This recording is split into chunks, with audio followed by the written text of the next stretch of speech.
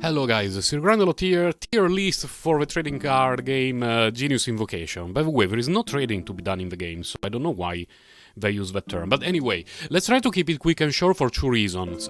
Every time that I do a tier list, I end up ranting around about things for way too long. And also, I just did the video before this 1 minute ago. I finished it, I imported it, and I noticed that the framing was all off and you could not see the first two tiers, and it felt a little bit bad. So, without further ado, God tier, the first two that I want to put are by far Ayaka and Yumiya, because not only are they great by themselves in almost any team, but the combination of the two is broken.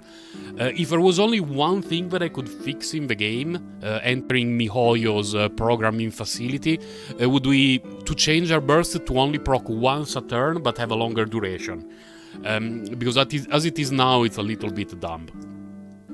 Barbara will put her in meh, but there is a thing that I want to say about Barbara.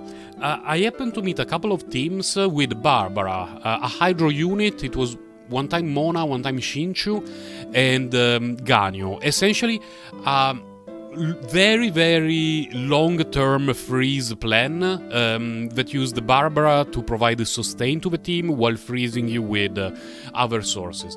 And it was a fairly interesting deck to face, and both times I went to fatigue, meaning that I ran out of cards in my deck. We both did, and we ended up fighting with just the units that we had on the field and the cards we had on hand. And I won both matches, but they were all pretty tight. So I think that right now, what we're missing for Barbara to be good is a more control-oriented set of cards, because at the moment we have some units that essentially wants to one-shot you in one turn. Hello, Noel. Or some decks that want to deal a lot of damage to you, a very consistent damage over the first few turns, and then they take you out around turn 5, 6, something like that. So Barbara is not a very, very good fit right now, but she has potential. Bennett does not have a Constellation 1, so the opponent can actually play around his damage buff, and he's good, not that amazing. He would not fit in every team. Similarly, Chongyun, in teams where he works well, like with Ayaka in Shinshu, or with Kaeya if you have not unlocked Ayaka yet, he's going to be great, but he's only great in those teams, so I will not put it a tier up. Collei is between here and here. I will not put her in God tier, because there are not many teams in which you use Collei.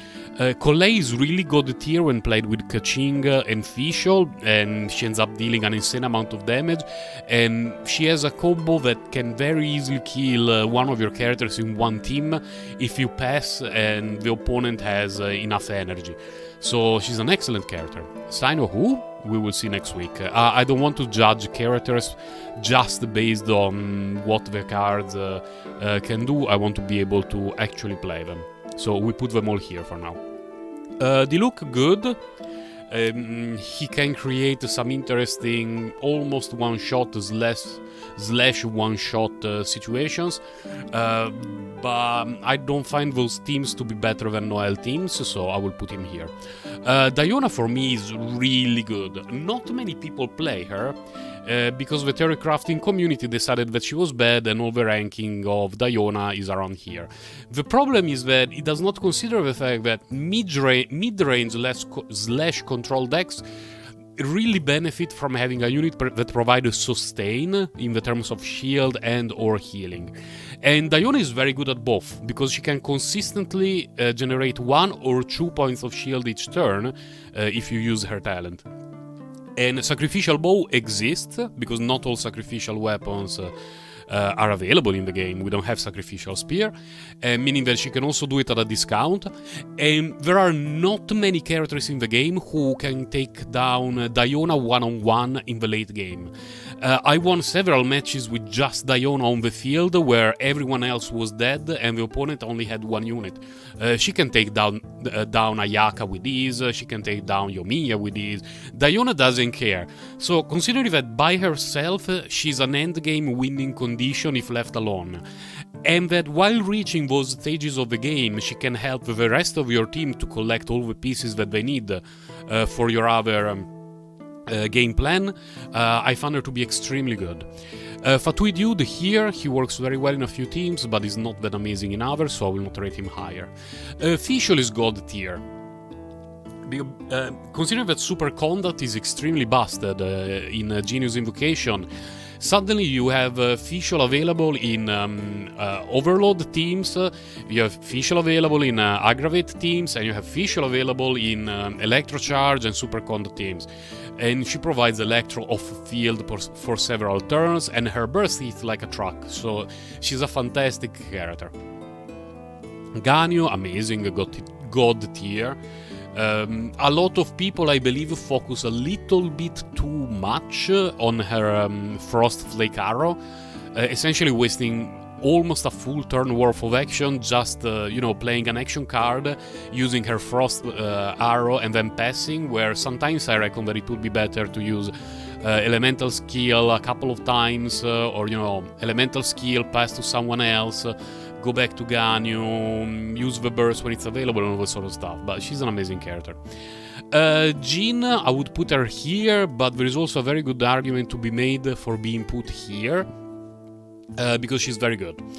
Very, very good. She's a little bit situational, because if you want to play Jean, you really want to abuse all the Anemo nonsense, meaning that she will also want to be in a team with Sacrose and a third element. But she's great. She's absolutely great. I would not argue against anyone saying that Jean has to go here. Diluc? Keia. I mean, very good friends, come on. Keia, I will put him here because I'm not a huge fan of his burst, which is a pity because with his elemental skill, he can do some very interesting stuff, especially after you equip his elemental, his talent, and you give him an Aquila Favonia. He can be very, very nasty to deal with. But his burst, not that amazing. Keqing, I will put her here. Not in the same tier as Keqing, although they are often seen together, but she's a little bit less flexible. But I really like Keqing. I really, really like her. I would put her a little bit here, in the meh category. She has the potential of being annoying, but at the moment she does not synergize well with anyone. The most obvious synergies are Oceanid, let me put them here just for a moment while I rant about this, but this is not the rating, are Oceanid and Shinshu. The problem is that in order to set up all the mimics and then switch to her and reduce the hydro resistance of the enemy, because they will take extra damage from hydro sources, it takes quite a lot of time, and the opponent can play around it by moving a character.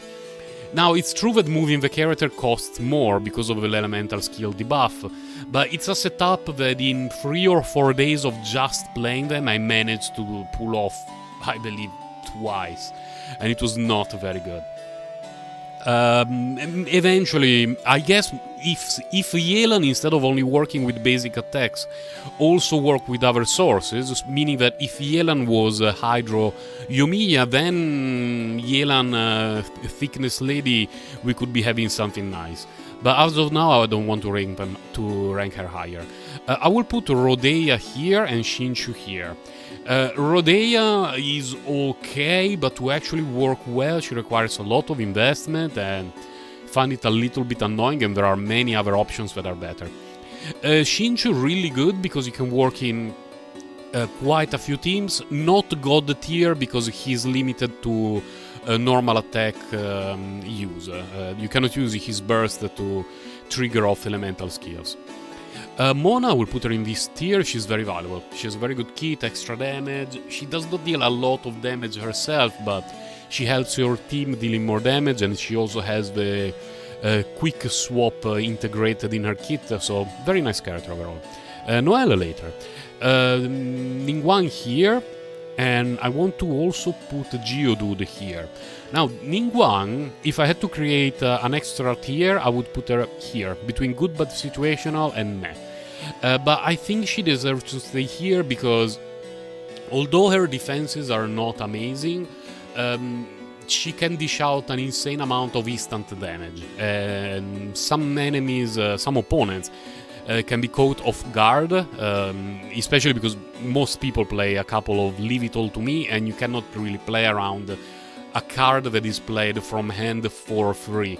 You can just hope that the opponent will not have it. So she's okay. Geodude, I may consider ranking me a little bit higher. He fills the same purpose as Ningguang. You want Geo-Resonance in your Noel team, and you want a tanky dude to take some damage. The reason why he's very cool, especially with Noel, is that his elemental skill deals 4 damage. And you want the enemy at 6 hit points when you're playing a Noel Omega Carry team. So he works very well with that. I cannot rank him higher because his talent is a pain in the ass to use. You need to be at full energy, and it will only reactivate his shield if you actually kill someone. But if your shield is not active, you're dealing less damage because he no longer has the Geo Infusion. So his kit is a little bit clunky, but he's a valuable card. Razor, I will put him here, not necessarily because he is bad, but because if you play Kaching or Fischl, you are just doing better than playing Razor. Sucrose, I will put her here because she can fit in a lot of teams. She will help you spread around elements, she will help you to provide crowd control. She's overall very good, and she can fit in many different teams, including teams with Jin. Xianling, a little bit underwhelming. Borderline between these two. I will put her here, or there will be people in the comments saying, oh my god, how can you do that? So I will put her here, okay? Happy. When there will be the Venti card, I will put it here, so we're even. Just not an amazing damage dealer with the characters that we have right now. She's outclassed by Yoimiya in a way that is undefinable by current logic. Last one will be Noel. Noel goes in God tier. Oh my god, Sir Grindalot is biased. Not really, because if you played against a Noel deck, they either got destroyed without doing anything, meaning it was not a good deck, or you spent most of the time with your fingers crossed that the opponent did not assemble Exodia Noel to kill you in one turn. And Noel decks can actually be played in 2 ways. One is a control deck that wants to stay on the field for several turns, deal a little bit of damage to you, and then finish everything off with Noel. And it's a team that wants a lot of sustain, so something like Noel, Geodude, or Noel Ningguang. And I really like Diona in that third slot. But the first slot can also be occupied by other characters. If you want to play the combo deck, things change a little bit, because in the combo deck you want your opponent's enemies to be at 6 hit points as soon as possible, and as soon as possible have all the pieces for Noel, because that deck will not have a lot of sustain. It's going to be a deck with Noel, Geodude, and someone who can deal a decent amount of damage, AoE, I'm guessing Ganyu. I've not played that exact team combination yet. I played a different one, but I guess Ganyu should work just fine. And the point is, you stay on the other characters until your opponent's units are at 6 hit points, and then you just draw and draw and draw until you have a Wolf's Greystone and all the food buffs, and you switch to Noel and you one-shot everything in one turn. So the fact that she's the lead character in a very well-performing deck that can just one-shot the enemies means that you cannot put her here and say, yeah, it's good. No. Noel in this game mode is god tier, and I'm guessing that people who put her here or here have never played her deck. They rarely play against it, and then when they get one shot, they think, oh, it was just a fluke. I will play around it next time. It's not easy, unless you place across. Let me have a look if I want to change anything. No, I think this is about correct. I'm really looking forward to Monday when we will reach level 7 to finally start playing Mango Kinky, because I think that Mango Kinky, Rodea plus someone that provides a little bit of sustain, like Diona or Barbara or someone, may actually end up resulting in a decent deck, but we will have to see. I don't want to judge cards that have not been released yet. That will be all for this tier list. Today is Wednesday, tomorrow I will be streaming. I stream around midnight UTC. Midnight UTC means that when I start, if you are in Europe, it's very, very late at night, like 2 or 3 at night. And if you are in the US, it depends where you are, because the US is pretty big. Yeah, that will be it for this card list. Bye guys, take care.